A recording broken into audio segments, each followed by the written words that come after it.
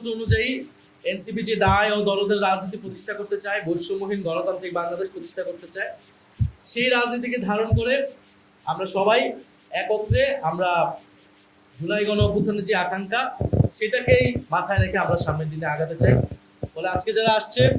তারা আমরা মনে করি তারা আমাদের সাথেই এতদিন ছিলেন, আমরা একসাথেই আসলে ছিলাম, হয়তো প্ল্যাটফর্ম ভিন্ন ছিল, আজকে আমরা আনুষ্ঠানিকভাবে একত্রিত হচ্ছি এবং সারা দেশের তরুণদেরকে আমরা আহ্বান জানাচ্ছি, তরুণদের পাশাপাশি সকল বয়সী মানুষদেরকে আহ্বান জানাচ্ছি,